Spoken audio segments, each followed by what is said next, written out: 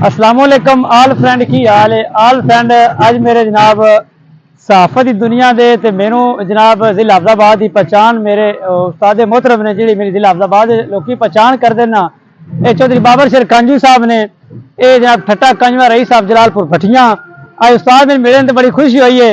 जिन्हें मेरे फॉलोवर या फैन दोस्त वीडियो वेंदे ने जिते मेरे उस्ताद मोहतरम तन मिले ना इन्हें याद जरूर करना है।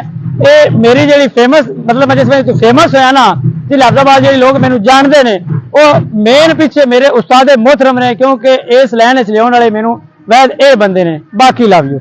बाकी जनाब ये हाफिज अदनान जफर भट्टी साहब भी बहुत प्यारे शिकरत मैं नहीं कह सकता लेकिन मैं भावे मैंने उस्ताद आके क्योंकि हम उम्र पर भाई हो सकते हैं जनाब भाई है माशाल्लाह इन्ना भी जिवें इन्हां ने आखे या जिवें इन्हां ने सबक देंदे रहे उंज इन्हां इस सहाफत नूं उजागर अपने इलाके के मसलों नूं करते रहे।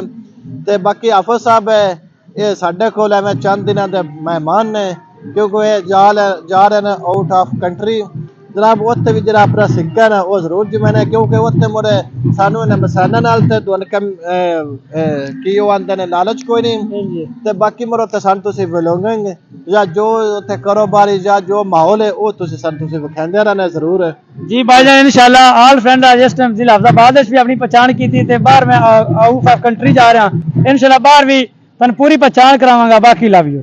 आई लव यू हो गया।